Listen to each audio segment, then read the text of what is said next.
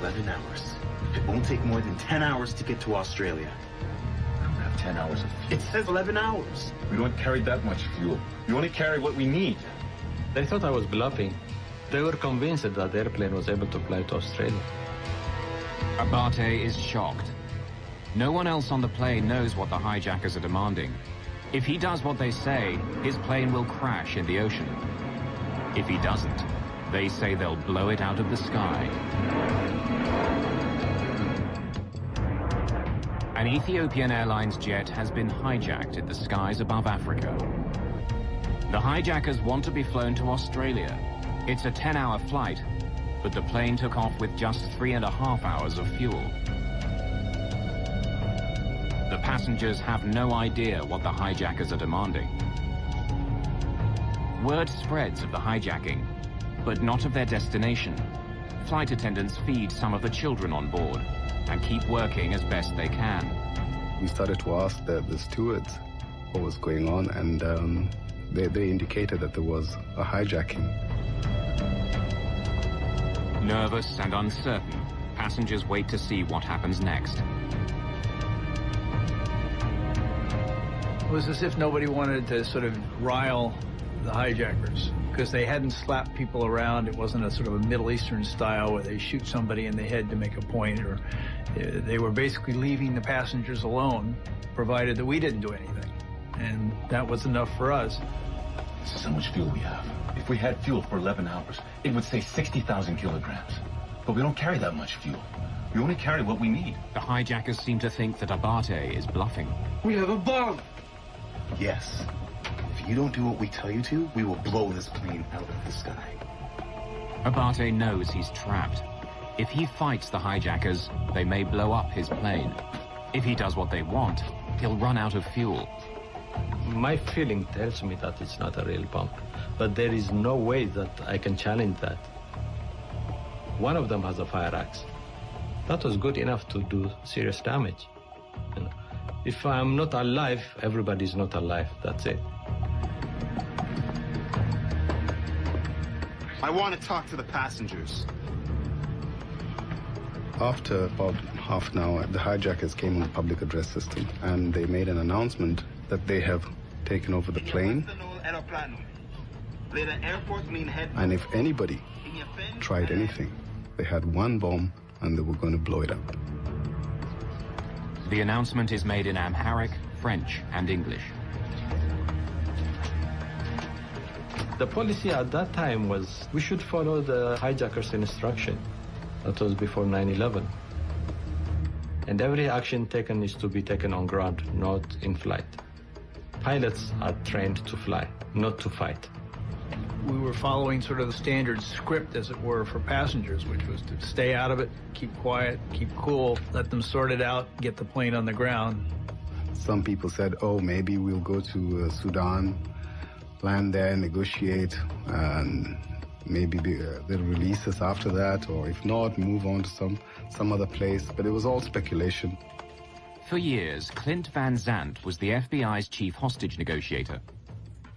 What made this hijacking so unique is that the pilot in command had been the victim of 2 previous hijackings. His success rate was 100%. He probably had a predisposition to, this will end like the other 2 did. I'll be able to get it on the ground. The authorities will deal with it. But Captain Abate knows this situation is different. Instead of another destination in Africa, the hijackers want to go to Australia. Abate knows that heading out into the open ocean could be a death sentence. Captain Abate decides to get help. I have to call air traffic control. Why? Because they will be asking why we are changing direction. Tell them you've been hijacked. And tell them where we are going. Addis area control. This is Ethiopian. Since the plane is still over Ethiopia, Abate contacts Addis Ababa area control. Addis, Ethiopian 961. There are passengers in the cockpit. Say again, 961? Addis 961. We have been hijacked. We have orders to divert to Australia. 961, Australia, understood. Confirm your souls on board? Souls on board 175. 961, 175 souls on board. As the aircraft flies south, Addis Ababa passes the captain over to Nairobi Air Traffic Control. ATH Nairobi Center. Confirm you are going to land Australia. Gentlemen, we can't make Australia. We only have 2 hours of fuel. We can't make it Australia. We will make our landing. ATH 961. Confirm you can't divert to Mombasa. They refuse to land anywhere other than Australia, so we have no choice. Except when we finish our fuel, we will land on water. But with 2 hours of fuel, you can't make Australia. Why don't you land Mombasa? Okay, just a minute. Abate connects the air traffic control to the cockpit speakers. Okay, I just wanted our hijackers to hear what you are communicating. Okay. And if you have anything to say, go ahead and tell them. Okay. I am advising you that with 2 hours of fuel, you will be unable to reach your destination. And probably you would have to land on the water. The solution is for you to land in Mombasa. Go ahead. The hijackers of ATH 961. If you have copied, go ahead.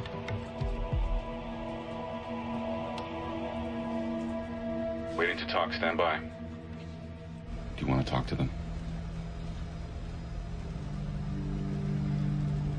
Okay, they say they don't want to talk. They're not willing to negotiate on any terms.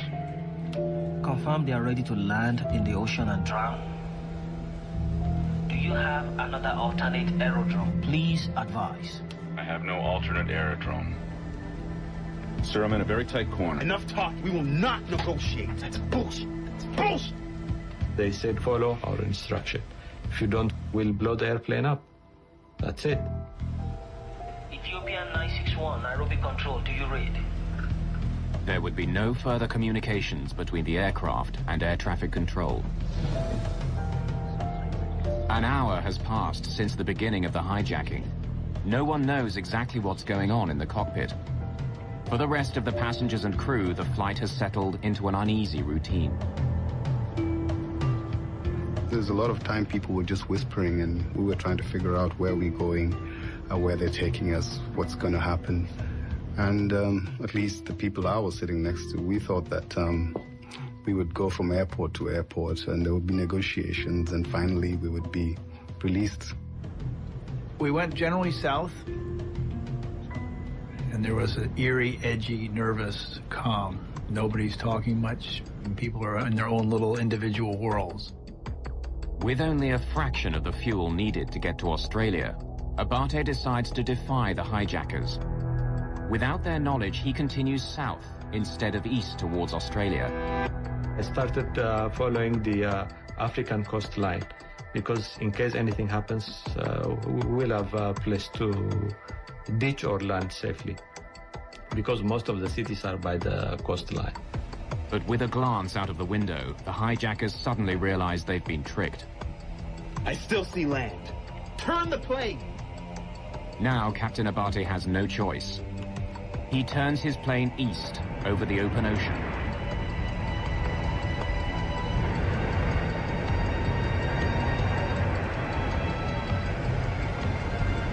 As the ocean unfolds below him, the captain begins forming another plan.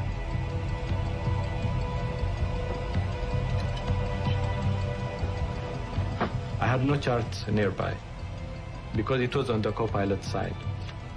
So I had a small atlas. So I took out that atlas and I saw the Comoros Island.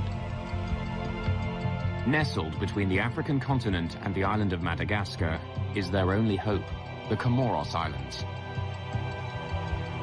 A remote holiday playground in the Indian Ocean. I had no idea what that place was. I never heard of the word Comoros before. I just headed towards it. It was a guess. The Comoros Islands are his last chance to land safely. We just sat and sat for hours. I tried to read the newspaper but couldn't concentrate on it because I was nervous. I wondered how much extra fuel we had because the